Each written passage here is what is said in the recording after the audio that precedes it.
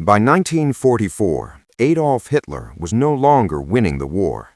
But it wasn't the tanks rolling through Europe that finally shattered his confidence. It wasn't the Red Army closing in from the east. It was the sky. Day after day, Allied bombers filled the air above Germany. Factories burned, cities collapsed, railways vanished. And for the first time since the war began, Hitler was forced to face a truth he had long denied. Germany was losing control of the air, and with it, the war itself. The illusion of air superiority. In the early years of World War II, Nazi Germany believed it had mastered modern warfare. The Blitzkrieg strategy combined speed, surprise, and air power. The Luftwaffe crushed Poland, overwhelmed France, and terrified Europe. Hitler believed air power existed to support the army, not to fight wars independently. Strategic bombing, he thought, was exaggerated. Civilian morale, he believed, could not be broken from the air alone. This belief would prove catastrophic. While Germany focused on short-range tactical aircraft, Britain and later the United States invested in long-range bombers, radar systems, and industrial-scale air warfare. By the time Hitler realized his mistake, it was already too late. The turning point, the Battle of Britain. The first warning came in 1940. Germany attempted to destroy Britain's Royal Air Force. Had the Luftwaffe succeeded, invasion would have followed. But Britain survived. Radar, coordinated defense, and relentless resistance stopped the German assault. For the first time, Hitler failed to defeat an enemy. Still, he dismissed it as a temporary setback. What he failed to understand was that Britain was learning, adapting, preparing. And across the Atlantic, the United States was watching. The rise of Allied strategic bombing. By 1942, the war in the air had changed. The British bombed at night. The Americans bombed by day. Together, they launched a strategy never seen before, the systematic destruction of an enemy's industrial heart.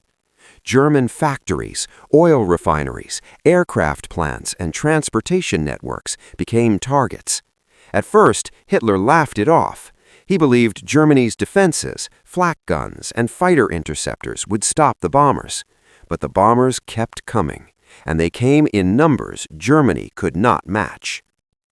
Firestorms over German cities. Hamburg, 1943. What happened there shocked even Nazi leadership. British bombing created a firestorm so intense it generated its own winds. Tens of thousands died in a single night. Cities like Berlin, Cologne, Dresden, and Essen followed. Entire neighborhoods vanished. Workers slept in ruins or not at all. German civilians, once confident in victory, began to lose faith, and Hitler noticed. The Luftwaffe begins to collapse. By 1944, the Luftwaffe was bleeding. Germany lacked fuel. Experienced pilots were dead or exhausted. Training time was shortened. Young pilots were sent into combat unprepared. Meanwhile, Allied aircraft improved rapidly. The arrival of the P-51 Mustang with long-range escort capability changed everything. Now, bombers no longer flew alone. German fighters were hunted, not just near cities, but deep inside Germany. Hitler demanded miracle weapons, jet fighters, rockets, anything to reverse the tide. But miracles do not replace fuel, pilots, and factories. The oil campaign, the final blow. If there was some single moment Hitler truly realized the war was slipping away, it was the oil bombing campaign. Allied bombers targeted Germany's synthetic fuel plants. Without fuel, tanks couldn't move, aircraft couldn't fly, factories couldn't operate. German generals warned Hitler repeatedly, without fuel, the war is lost. Hitler raged. He ordered defenses strengthened. He blamed commanders, engineers, and even civilians. But nothing stopped the bombers. Germany was being strangled from the air. D-Day and air supremacy. June 6, 1944. When Allied troops landed in Normandy, Hitler slept. Why? Because German commanders believed an invasion without air superiority was impossible. And they were right. The Allies controlled the sky. German reinforcements were bombed before reaching the front. Railways destroyed, convoys burned in daylight. For Hitler, this was undeniable proof. Germany no longer controlled its own territory, even from above. Hitler's final denial.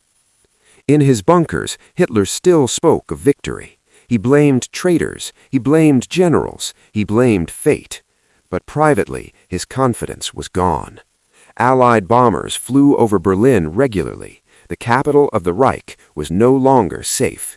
He once promised Germany would never experience what London endured. Now German cities were suffering far worse. The war he had started had returned home from the sky. The war was already over.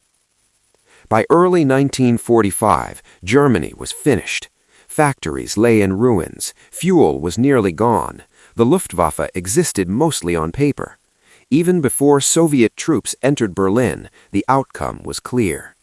Air power had broken Germany's ability to fight, not with a single battle, but with relentless pressure, day after day, night after night. Hitler had lost the war long before the final shot was fired. He just refused to admit it. Closing lines. Adolf Hitler believed wars were won on land. He believed air power was secondary. History proved him wrong. The Allies didn't just defeat Germany's armies, they destroyed its ability to function as a modern state. And when Hitler finally realized this truth, he was already surrounded by ruins, both above ground and inside his own mind. Hitler's obsession with wonder weapons. As Germany crumbled under Allied air attacks, Hitler placed his faith in technology. Jet fighters like the Me-262, V-1 flying bombs, V-2 rockets. He believed these weapons would terrify the Allies into submission. But Hitler made a fatal mistake. Instead of deploying the Me-262 purely as a fighter to stop bombers, he demanded it be used as a bomber. Delays followed, production stalled, fuel shortages made training impossible. The V-weapons caused fear, but not defeat. They consumed massive resources, while Allied bombers continued destroying what little remained of German industry. These were not war winners. They were symptoms of desperation. The sky becomes the enemy. By late 1944, Allied aircraft dominated Germany completely. Fighter bombers roamed freely, attacking trains, trucks, bridges, even individual soldiers. German troops began to fear daylight. Veterans later recalled that the sound of Allied engines caused panic more than artillery ever did. For Hitler, this was unbearable. The Reich he promised would last 1,000 years could not even protect its roads. The sky, once a symbol of German power, had become a constant threat. Civilian morale shattered. Despite propaganda, the German population understood the truth. Cities were rubble, food was scarce, families slept in subways and cellars, millions were displaced. Goebbels tried to maintain morale, claiming Germany would endure. But people asked a simple question. If victory was certain, why were Allied bombers everywhere? Faith in Hitler began to fade, quietly, dangerously, and Hitler knew it.